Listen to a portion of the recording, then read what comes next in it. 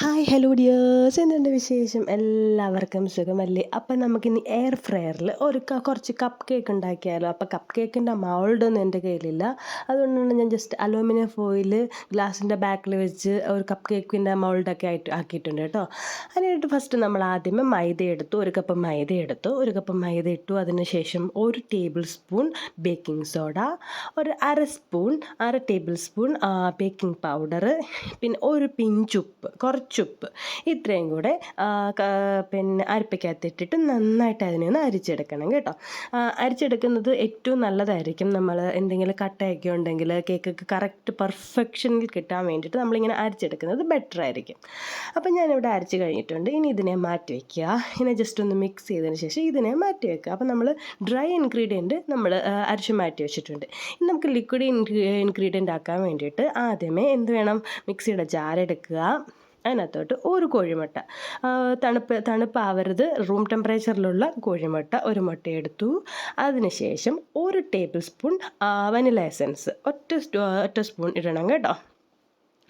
1 spoon vanilla എസൻസും കൂടി ഇട്ട് പിന്നെ ഇത് നന്നായിട്ട് മിക്സിക്കകത്തിട്ട് അടിച്ചെടുക്കണം. അതിനുശേഷം പഞ്ചസാര ഇടണം.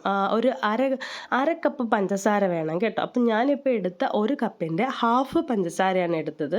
അര കപ്പിൻ്റെത് കണ്ടില്ല, അപ്പം ഞാൻ അതുകൊണ്ട് ഇതിനകത്ത് തന്നെ എടുത്തു ഹാഫ് പഞ്ചസാര. അപ്പം നമ്മുടെ മധുരത്തിനനുസരിച്ച് ആ ഹാഫ് കപ്പിനകത്ത് കുറച്ച് കൂട്ടിയൊക്കെ കൊടുക്കാൻ പറ്റും കേട്ടോ. ഇപ്പം ഞാനൊരു ലിമിറ്റ് മധുരമാണ് ഇട്ടിരിക്കുന്നത്, ഒരുപാട് മധുരം ആക്കിയിട്ടില്ല.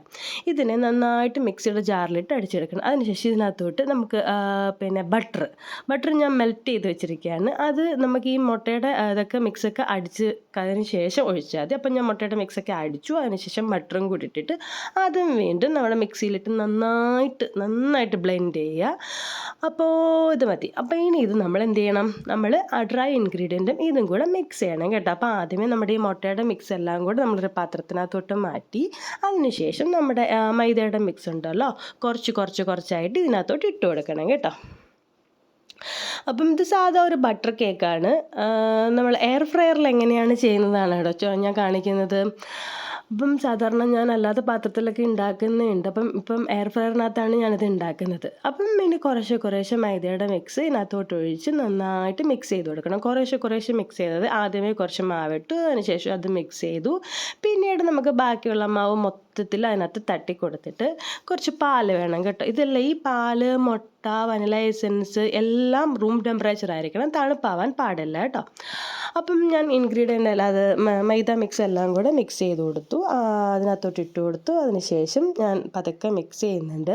അപ്പം ഇച്ചിരി ടൈറ്റാണ്. അപ്പോൾ ടൈറ്റ് ആകുമ്പോൾ നമ്മൾ കുറച്ചായിട്ട് പാലൊഴിച്ച് കൊടുത്ത് മിക്സ് ചെയ്യണം. കുറേശ്ശെ വേണം പാലൊഴിക്കാൻ, ഒരുപാട് പാലെടുത്ത് ഒഴിക്കാൻ പാടില്ല.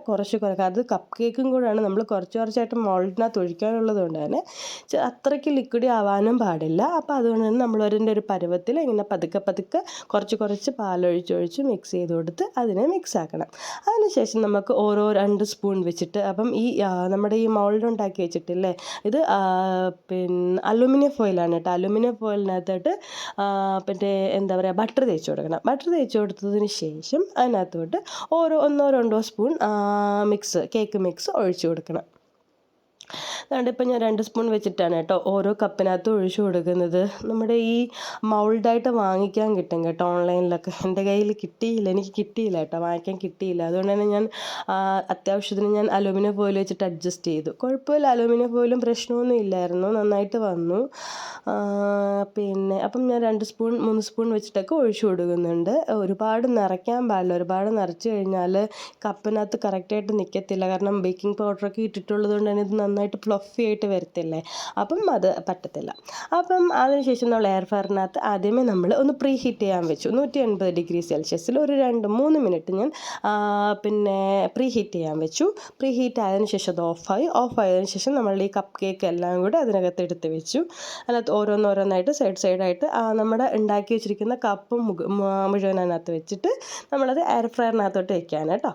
അത് വെച്ചിട്ട് ഞാനിപ്പം 160 ഡിഗ്രി സെൽഷ്യസിൽ 20 മിനിറ്റാണ് ഞാനിപ്പോൾ ബേക്കാവാൻ വേണ്ടി വെച്ചിരിക്കുന്നത്. അപ്പോൾ അതുകൊണ്ട് ഏകദേശം എൻ്റെ ബേക്കിംഗ് കഴിഞ്ഞു. എൻ്റെ എയർ ഫ്രയർ ഓഫായി. എൻ്റെ എയർ ഫ്രയർ എന്ന് വെച്ചാൽ പിജിയോൻ്റെ ആണ് കേട്ടോ. അപ്പം എയർ ഫ്രയർ ഓഫാകുമ്പോൾ നമുക്ക് സൗണ്ടൊക്കെ കേൾക്കും. സൗണ്ട് കേട്ടിട്ട് ഞാനിപ്പം കേക്ക് എടുക്കുകയാണ്.